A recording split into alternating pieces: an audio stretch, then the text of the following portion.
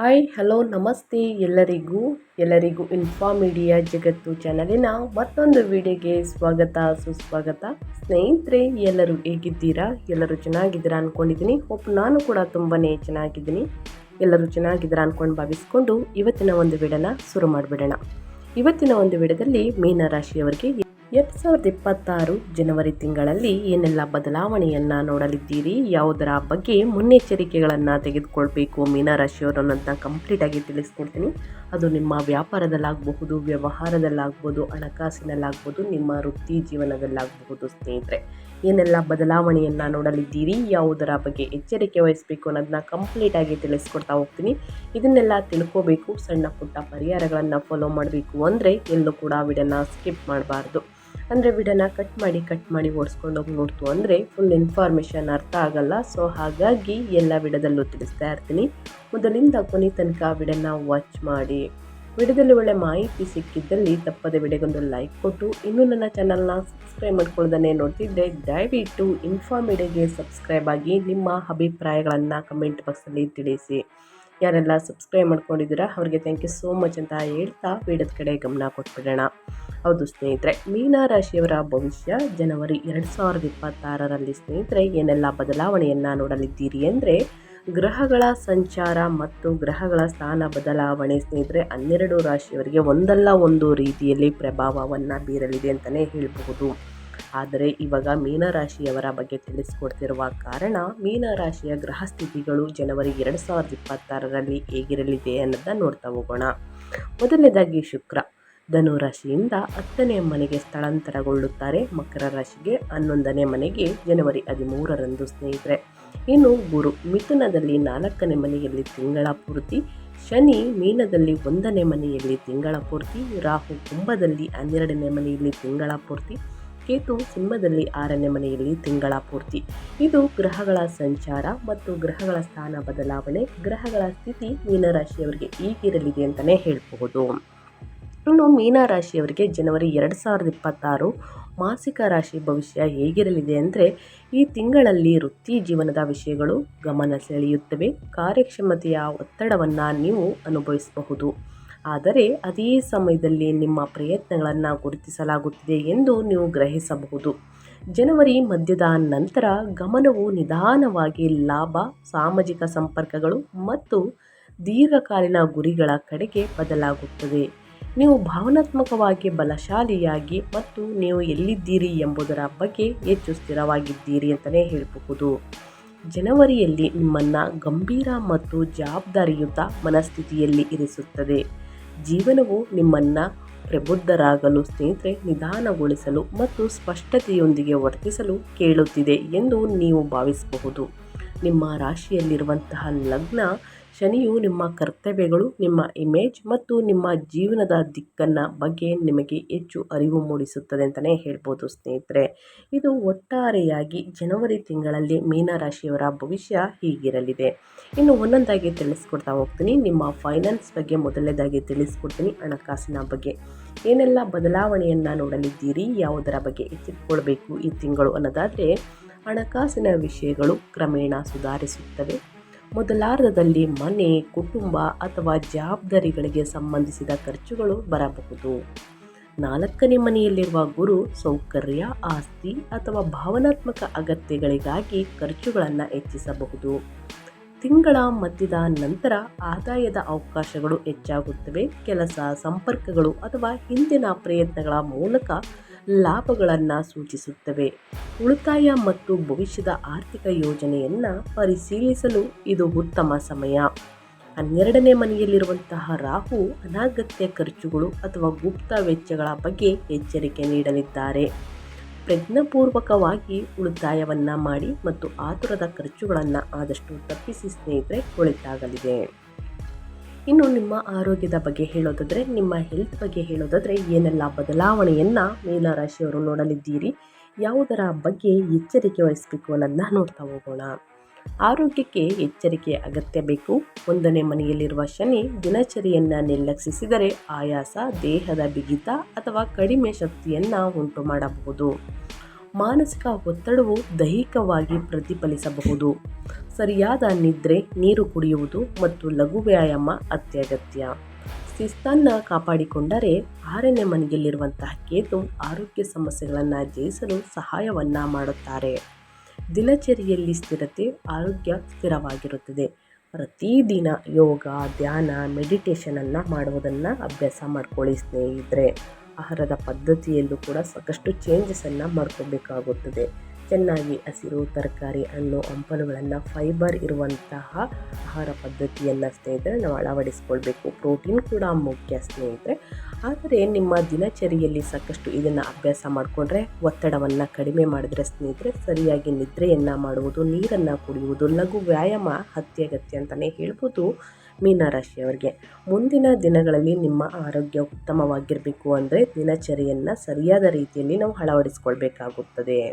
ಇನ್ನು ಕುಟುಂಬ ಮತ್ತು ಸಂಬಂಧಗಳ ಬಗ್ಗೆ ಹೇಳೋದಾದರೆ, ಮೀನರಾಶಿಯವರು ಏನೆಲ್ಲ ಬದಲಾವಣೆಯನ್ನು ನೋಡಲಿದ್ದೀರಿ, ಯಾವುದರ ಬಗ್ಗೆ ಎಚ್ಚರಿಕೆ ವಹಿಸಬೇಕು ಅಂದರೆ, ಕುಟುಂಬ ಜೀವನವು ಭಾವನಾತ್ಮಕವಾಗಿ ಮಹತ್ವದಾಗಿದೆ. ಪೋಷಕರು ಅಥವಾ ಮನೆಯ ವಿಷಯಗಳ ಬಗ್ಗೆ ನೀವು ಹೆಚ್ಚು ಜವಾಬ್ದಾರಿಯನ್ನು ಅನುಭವಿಸಬಹುದು.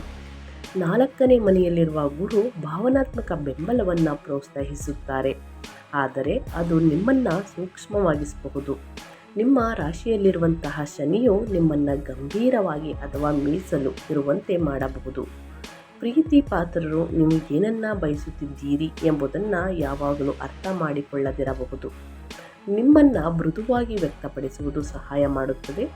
ಸಂಬಂಧಗಳಲ್ಲಿ ಪ್ರಣಯಕ್ಕಿಂತ ಸ್ಥಿರತೆ ಮುಖ್ಯವಾಗಿದೆ. ಮೇಲ್ನೋಟದ ಸಂವಹನಕ್ಕಿಂತ ಸ್ನೇಹಿತರೆ ನೀವು ಅರ್ಥಪೂರ್ಣ ಸಂಭಾಷಣೆಗಳನ್ನು ಬಯಸಬಹುದು. ನಿಮ್ಮ ಭಾವನೆಗಳನ್ನು ನಿಧಾನವಾಗಿ ಮತ್ತು ಪ್ರಾಮಾಣಿಕವಾಗಿ ಹಂಚಿಕೊಳ್ಳಿ. ಮೀನರಾಶಿಯವರಿಗೆ ಇನ್ನು ಯಾರಿಗೆ ಮದುವೆಯಾಗಿಲ್ಲ ಮತ್ತು ಮಕ್ಕಳಾಗಿಲ್ಲ ಸ್ನೇಹಿತರೆ, ಅಂಥವರಿಗೆ 2026 ಜನವರಿ ತಿಂಗಳಲ್ಲಿ ಸ್ನೇಹಿತರೆ ಒಂದು ಸಿಹಿ ಸುದ್ದಿ ಸಿಗಲಿದೆ ಅಂತಲೇ ಹೇಳ್ಬೋದು. ಮನೆಗೆ ಚಿಕ್ಕ ವ್ಯಕ್ತಿಯ ಆಗಮನವು ಸ್ನೇಹಿತರೆ ನಿರೀಕ್ಷೆಯಲ್ಲಿದೆ ಅಂತಲೇ ಹೇಳಬಹುದು. ಸೊ ಹಾಗಾಗಿ ಸಂತಾನ ಭಾಗ್ಯ ಇದೆ, ಮದುವೆ ಯೋಗ ಇದೆ ಅಂತಲೇ ಹೇಳ್ಬೋದು ಸ್ನೇಹಿತರೆ. ಸೊ ಹಾಗಾಗಿ ಸಾಕಷ್ಟು ಅದೃಷ್ಟವನ್ನು ನೋಡಲಿದ್ದೀರಿ. ಆದರೆ ಯಾವುದೇ ಸಮಾರಂಭದಲ್ಲಾಗಲಿ, ಯಾವುದೇ ಒಂದು ಕುಟುಂಬದಲ್ಲಾಗಲಿ ಸಣ್ಣ ಪುಟ್ಟ ಮನಸ್ತಾಪಗಳು, ಸಣ್ಣ ಪುಟ್ಟ ಜಗಳಗಳು, ವಾದ ವಿವಾದಗಳು ಬಂದೇ ಬರುತ್ತದೆ ಸ್ನೇಹಿತರೆ. ಆದಷ್ಟು ಭಾವನಾತ್ಮಕವಾಗಿ ಬೆಂಬಲವನ್ನು ಪ್ರೋತ್ಸಾಹಿಸುತ್ತಾನೆ. ಯಾಕಂದರೆ 4ನೇ ಮನೆಯಲ್ಲಿರುವಂತಹ ಗುರು ಸ್ನೇಹಿತರೆ ನಿಮ್ಮನ್ನು ಸೂಕ್ಷ್ಮವಾಗಿಸಬಹುದು. ಸಣ್ಣ ಪುಟ್ಟ ಮಾತು ಜಗಳಗಳಿಗೆ ಸ್ನೇಹಿತರೆ ಗಂಭೀರವಾದ ಮಾತು ಬೇಡ. ಸೊ ಹಾಗಾಗಿ ಆದಷ್ಟು ಮಾತು ಹಿಡಿತವಿರಲಿ ಅಂತ ಹೇಳ್ತಾ, ಇನ್ನು ಅದೇ ರೀತಿ ನಿಮ್ಮ ವೃತ್ತಿ ಮತ್ತು ಉದ್ಯೋಗದ ಬಗ್ಗೆ ಹೇಳೋದಾದರೆ ಏನೆಲ್ಲ ಬದಲಾವಣೆಯನ್ನು ನೋಡಲಿದ್ದೀರಿ, ಯಾವುದರ ಬಗ್ಗೆ ಎಚ್ಚರಿಕೆ ವಹಿಸಬೇಕು ಅನ್ನೋದಾದರೆ, ಈ ತಿಂಗಳು ವೃತ್ತಿ ಜೀವನವು ಪ್ರಮುಖ ವಿಷಯವಾಗಿ ಉಳಿದಿದೆ. ಮೊದಲಾರ್ಧದಲ್ಲಿ ಕೆಲಸದ ಒತ್ತಡ ಹೆಚ್ಚಾಗಿರುತ್ತದೆ.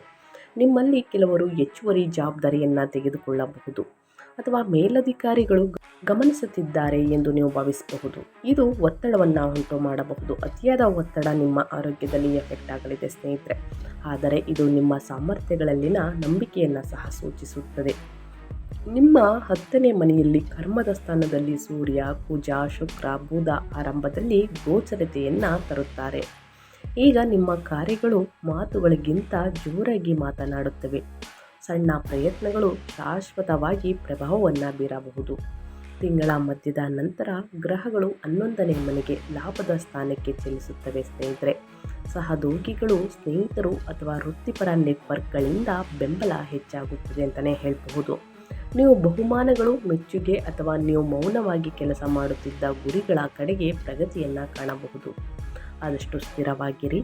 ಪ್ರಯತ್ನ ಪ್ರಾಮಾಣಿಕವಾಗಿದ್ದಾಗ ಮನ್ನಣೆ ಸ್ವಾಭಾವಿಕವಾಗಿ ಬರುತ್ತದೆ ಸ್ನೇಹಿತರೆ. ನಿಮ್ಮ ವೃತ್ತಿ ಬಗ್ಗೆ ತಿಳಿಸ್ಕೊಟ್ಟಾಯಿತು. ಇನ್ನು ನಿಮ್ಮ ವ್ಯಾಪಾರದ ಬಗ್ಗೆ ಹೇಳೋದಾದರೆ ಏನೆಲ್ಲ ಬದಲಾವಣೆಯನ್ನು ಮೀನರಾಶಿಯವರು ನೋಡಲಿದ್ದೀರಿ, ಯಾವುದರ ಬಗ್ಗೆ ಎಚ್ಚರಿಕೆ ವಹಿಸಬೇಕು ಅನ್ನೋದನ್ನ ನೋಡ್ತಾ ಹೋಗೋಣ.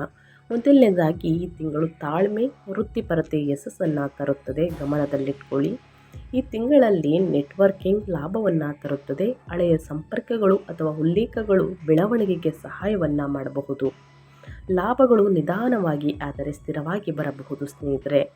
ವ್ಯಾಪಾರ ಮಾಲೀಕರು ಕೆಲಸದ ಹೊರೆ ಅಥವಾ ಜವಾಬ್ದಾರಿಯಿಂದಾಗಿ ಮೊದಲಾರ್ಧದಲ್ಲಿ ಒತ್ತಡವನ್ನು ಅನುಭವಿಸಬಹುದು. ನೀವು ಜನರು, ಗಡುವುಗಳು ಅಥವಾ ಅಧಿಕಾರವನ್ನು ಎಚ್ಚರಿಕೆಯಿಂದ ನಿರ್ವಹಿಸಬೇಕಾಗುತ್ತದೆ. ಸೊ ಹಾಗಾಗಿ ಸಣ್ಣ ಪುಟ್ಟ ಮನಸ್ತಾಪಗಳು ಬಂದಿದ್ದಲ್ಲಿ ಆದಷ್ಟು ಅಲ್ಲೇ ಬಗೆಹರಿಸ್ಕೊಳ್ಳಿ. ಏನಾದರೂ ಹೂಡಿಕೆಯನ್ನು ಮಾಡಬೇಕು ಅಂದರೆ ಹಿರಿಯರ ಮಾರ್ಗದರ್ಶನವನ್ನು ತೆಗೆದುಕೊಂಡು ಹೂಡಿಕೆಯನ್ನು ಮಾಡುವುದು ಬಹಳ ಮುಖ್ಯವಾಗುತ್ತದೆ.